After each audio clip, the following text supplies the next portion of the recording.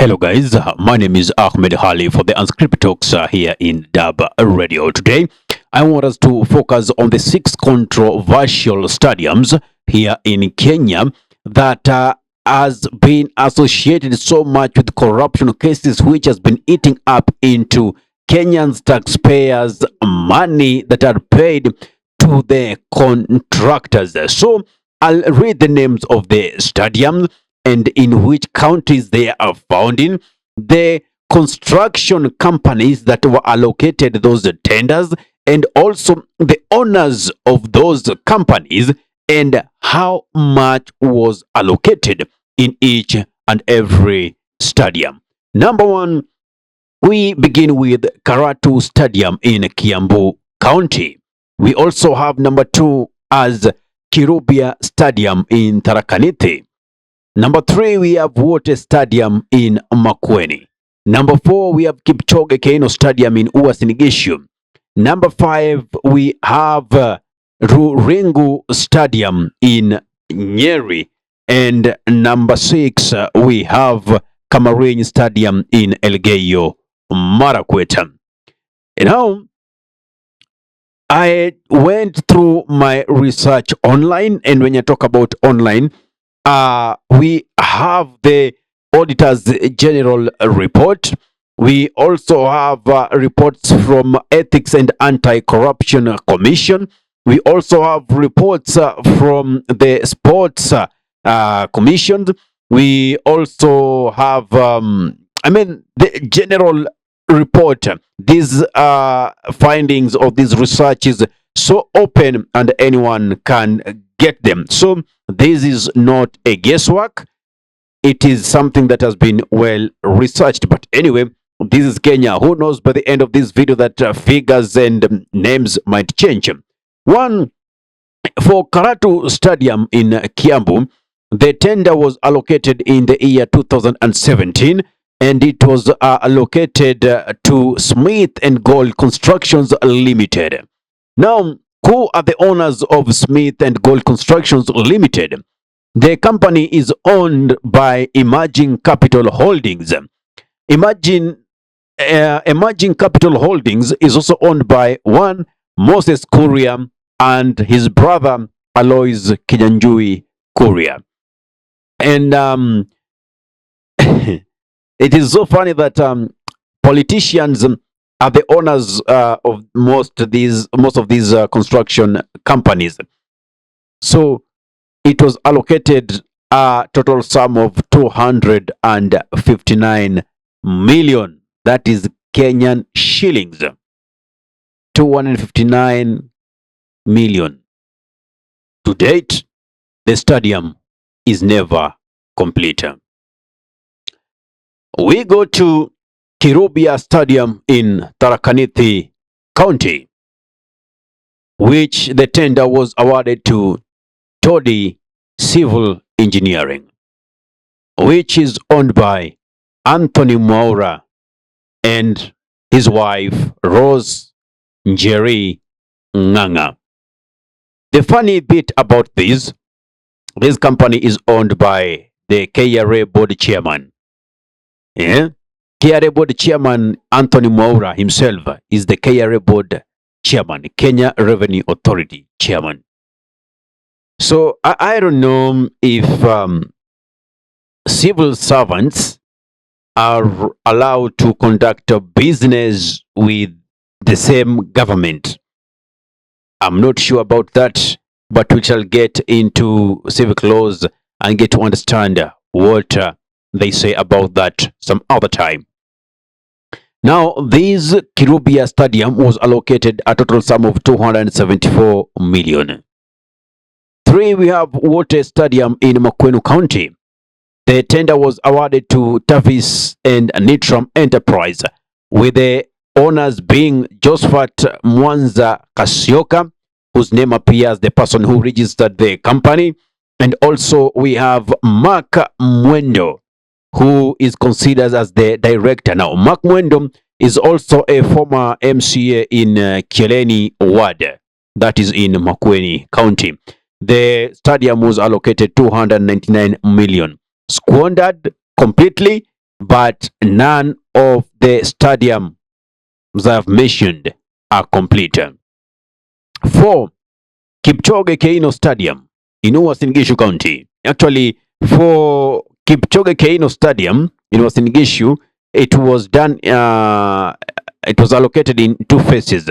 So, phase one was allocated Weihan International Economic and Technical Cooperative Company. So, a Chinese firm, yeah, which the first phase was allocated 304 million Kenyan shillings. Then later on, when it came to phase two, it gave leeway to Golbo Construction to take over in phase two. So the details are not clear on how much was allocated in phase two. Number 5, we have Ruringu Stadium in Nyeri. Now, we have 4 owners of the company that was allocated tender for this Ruringu Stadium. So the Ruringu Stadium was awarded to Funana Construction Company. And actually, there's a controversy when it comes to this Funana Construction Company with regards to their profiles. Whatever the overall company name is, Funana Construction Company Limited, and the profile in what they are dealing with are two different stuffs. Anyway, the owners of this company is Daniel Gasheru. Then we have Peter Wambogo Gasheru, who's the son to Daniel Gasheru. Joel Kaburi Gasheru, who is the son to Daniel Gasheru. Fiona Gasheru, who is the daughter to Daniel Gasheru. So it's kind of a family-owned company, family business. The company was allocated 288 million to, construct a Ringo Stadium and possibly give it a nice facelift. But anyway, that never happened. I'm coming now to the gist in this last bit. Camarine Stadium in Elgeyo Marakwet. Remember, I also told you in Nyeri, Funana Construction Company is the one that got the tender.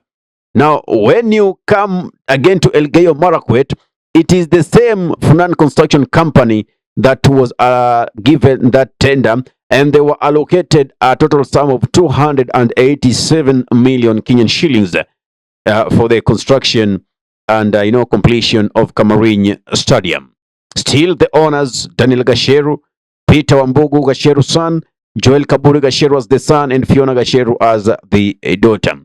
The funny thing is, in their profile, it is written they specialize in computer shops and accessories.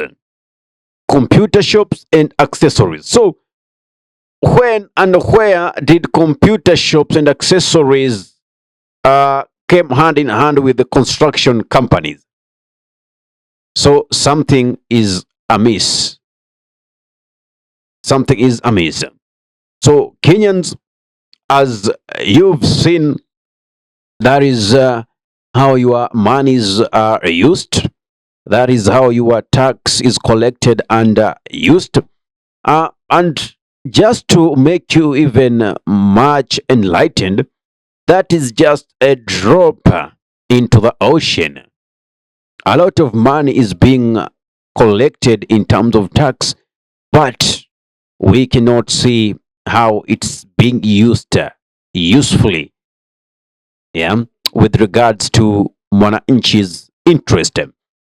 And it seems like these politicians, they are so focused on side kickbacks. You might find a tender is awarded over 300 million, but the construction company might end up with 50 million. Where has the 250 million gone to? The CS has taken it, the MP has gotten the share, the governor, the former governor, MCAs have gotten their share from that tender. So at the end of the day, whatever the owners of the company or the construction company remains with is too little even for the job. So they end up pocketing the balance minus the job. True. That is the same situation that happens in Kenya. So unless we do a very, very clean audit, a very thorough audit into our systems and make sure that we put leaders who uphold the strongest levels or the highest levels of integrity, then we shall be complaining year in, year out. It is my duty, it is your duty, and it is our duty to hold the government of the day accountable. We have to keep it in checks and balance because for us, for as long as I am concerned, we currently know that the government is in bed with the opposition. So the people who are supposed to make sure that their voices are heard topmost is you, mwananchi, who is feeling the pinch of paying taxes, and this is how your money is getting used. Ahmed Khali for the Unscripted Talks here in Dub Radio. If you love content of this nature and you're watching from YouTube, kindly subscribe, press notification button, so anytime that we are live or we upload content of this nature, you'll be the very first person to be notified. If you're watching from Facebook, kindly follow our Facebook page. Assalamu alaikum wa rahmatullahi wa barakatuhu. Kwa timba kali za Afrika, Dub Radio ndio mpango mzima.